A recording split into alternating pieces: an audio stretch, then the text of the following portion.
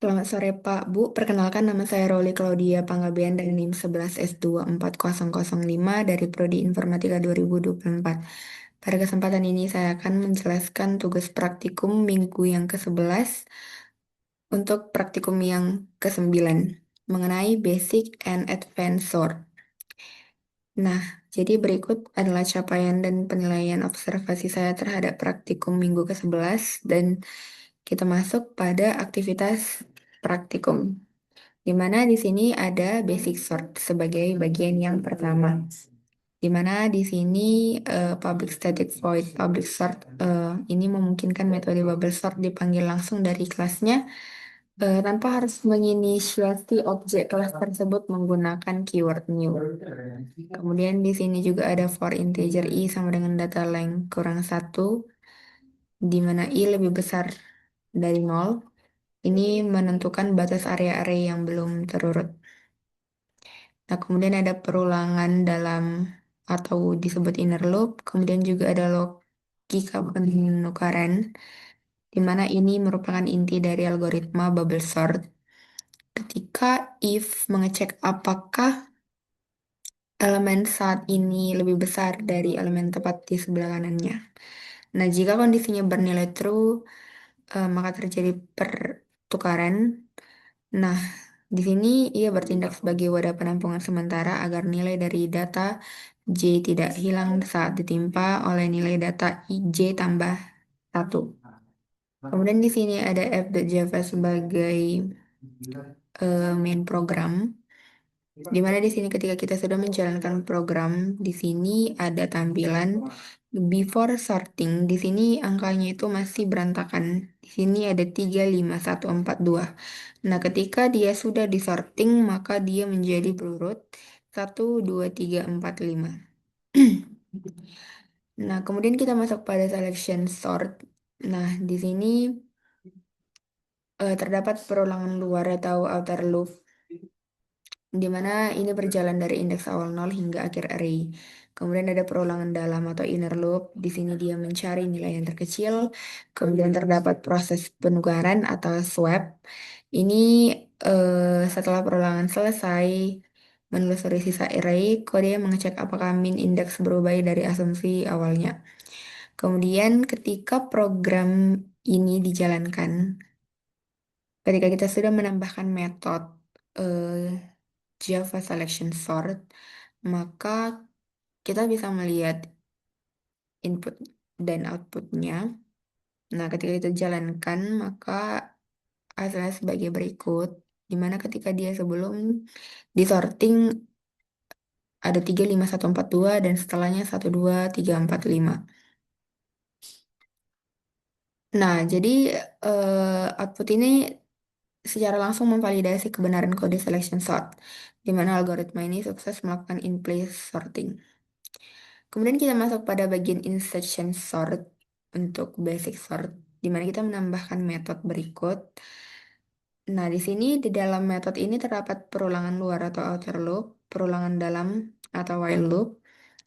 Nah, ketika kita menjalankan kode dengan metode ini, maka hasilnya sebagai berikut juga, di mana sebelum disorting dia memiliki data 3, 5, 1, 4, 2, dan setelah disorting dia 1, 2, 3, 4, 5. Nah, jadi hasil keluaran pada terminal ini mengonfirmasi bahwa implementasi insertion sort sudah berjalan dengan sangat baik tanpa adanya error. Nah, kemudian kita masuk pada bagian merge sort. Nah, di sini kita sudah memiliki kode sebagai berikut, di mana di sini ada inisialisasi ruang baru.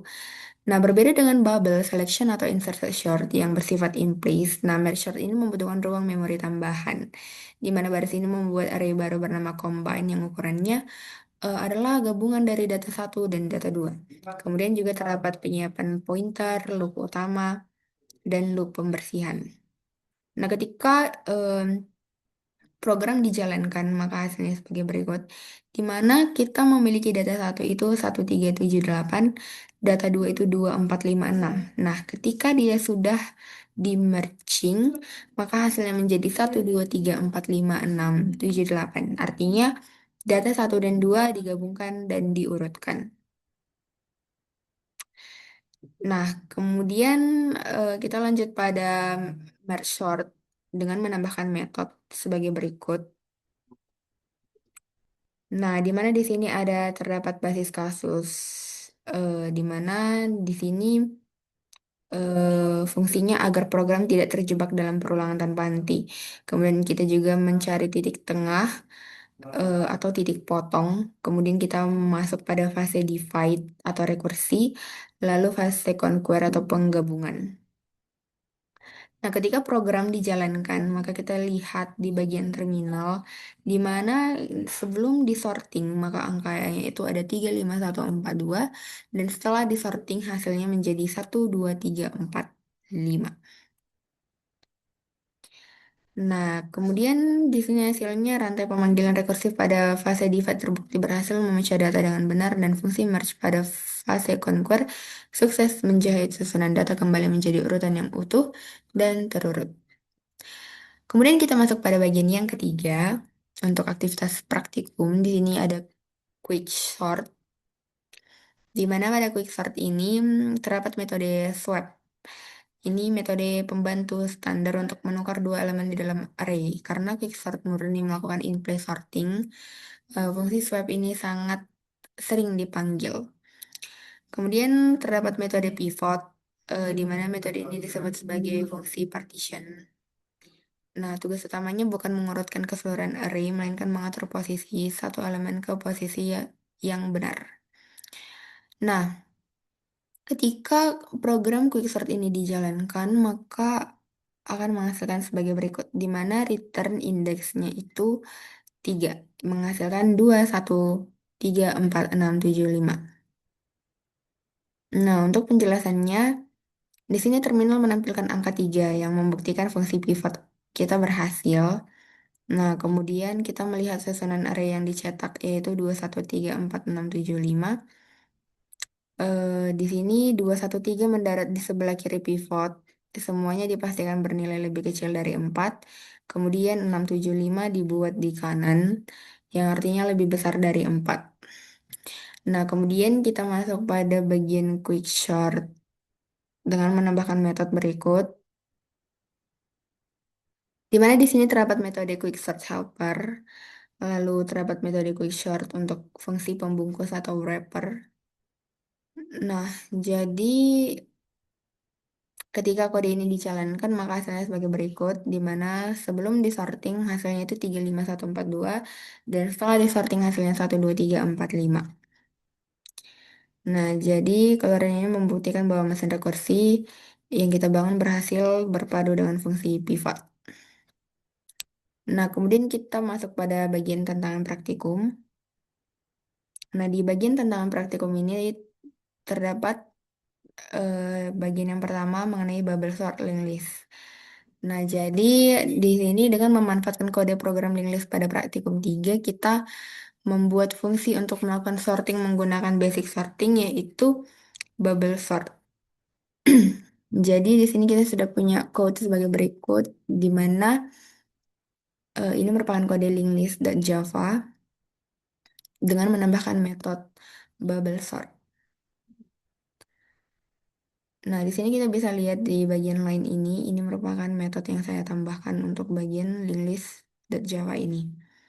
Nah, ini adalah app.java-nya. Nah, jadi ini merupakan output dari program linklist, di mana ketika kita menjalankan program, maka linklist sebelum diurutkan akan menghasilkan 529174, dan setelah diurutkan hasilnya itu 1245579. Jadi dia lebih terurut. Nah, kemudian kita masuk pada bagian double sorting. Nah, ini merupakan code untuk double sorting. Nah, di sini eh, logikanya itu dengan mengurutkan berdasarkan skor terlebih dahulu. Jadi, jika skornya itu lebih kecil, maka dia akan berada di urutan yang pertama dan terbesar pada urutan yang di bawah. Kemudian, jika skornya sama, kita urutkan berdasarkan nama yaitu atau abjad A, B, C sampai Z. Kemudian jika namanya itu sama-sama misalnya dari huruf S, maka kita urutkan berdasarkan NIM-nya, yaitu mulai dari yang terkecil sampai yang terbesar. Nah, ini merupakan code-nya.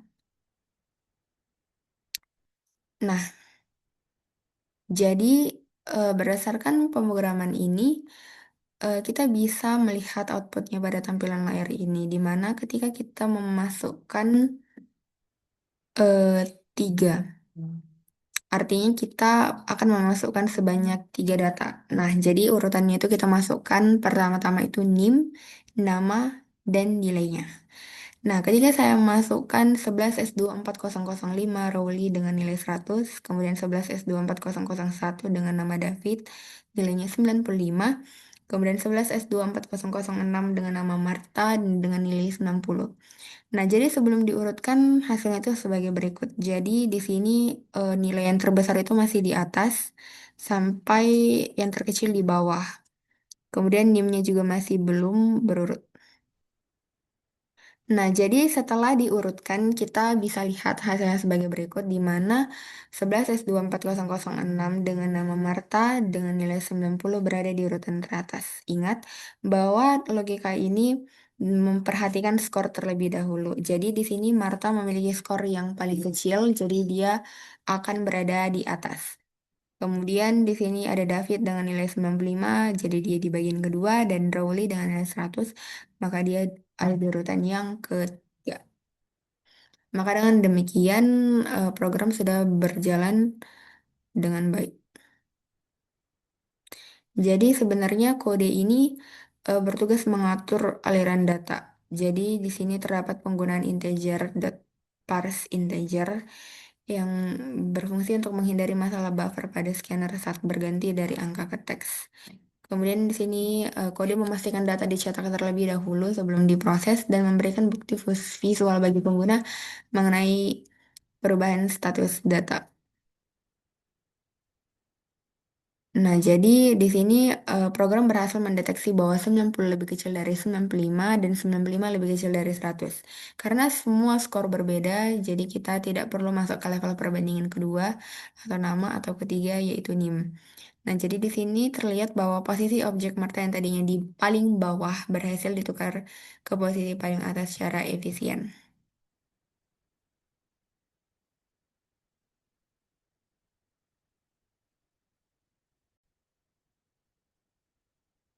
Nah, jadi ini merupakan app.java untuk bagian link list. Nah, jadi di sini kita akan menjalankan program. Pertama-tama kita akan memasukkan perintah npm clean package.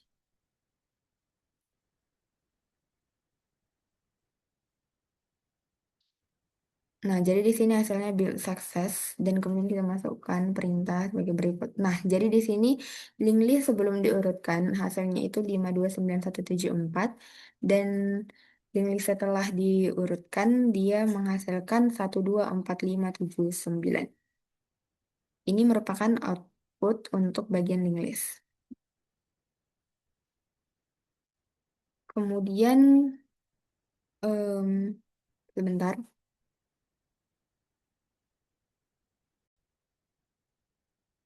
Kemudian ini merupakan app.java untuk bagian student.java. Nah, untuk studi kasus ini kita akan menjalankannya di terminal. Nah, pertama-tama kita akan masukkan perintah npm clean package yang di sini hasilnya akan menjadi build success. Lalu, nah di sini kita akan memasukkan berapa banyak data yang ingin kita masukkan. Nah, tadi saya menjelaskan dengan tiga data. Nah, di sini kita akan masukkan contohnya dua data. Artinya akan ada dua data mahasiswa di sini. Jadi pertama-tama kita masukkan NIM-nya. Misalnya NIM-nya sebagai berikut dengan nama Rowley, hasilnya itu untuk kemudian nilainya 90. Nah, kemudian kita masukkan lagi misalnya 11S24006 dengan nama kita uji dengan abjad yang sama. Misalnya namanya itu Ranti, kemudian dengan nilainya itu sama juga 90. Maka hasilnya itu adalah sebagai berikut.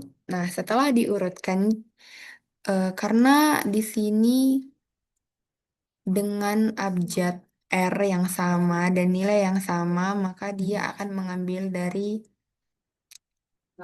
sisi NIM gitu.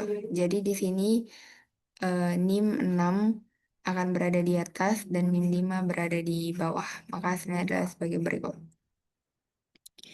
Nah, jadi bagaimana dengan kita membuatnya untuk bagian misalnya kita masukkan 3 data lagi. Jadi dengan 11 S24005 namanya David dengan nilai 90. Kemudian dengan 11 S24009 misalnya namanya Dea, nilainya itu 95. Lalu 11 S24001 misalnya dengan nama misalnya Rowli dan nilainya itu 100. Hasilnya adalah sebagai berikut. Jadi sebelum diurutkan, dia itu sebagai berikut, di mana hasilnya itu David di atas, Dea di bawah, dan Roli di bawah. Nah, jadi setelah diurutkan, kita akan melihat hasilnya sebagai berikut, di mana hasilnya akan tetap sama, karena nilai 90 kita letakkan tadi di atas. Nah, jadi dia bakalan tetap di atas karena dia itu lebih kecil. Lalu Rowley akan di bawah, tetap di bawah karena nilainya itu lebih besar, yaitu 100. Baik, cukup sekian presentasi yang bisa saya lakukan pada hari ini. Apabila ada tutur kata dan penjelasan yang kurang, saya memohon maaf. Sekian dari saya. Terima kasih. Shalom.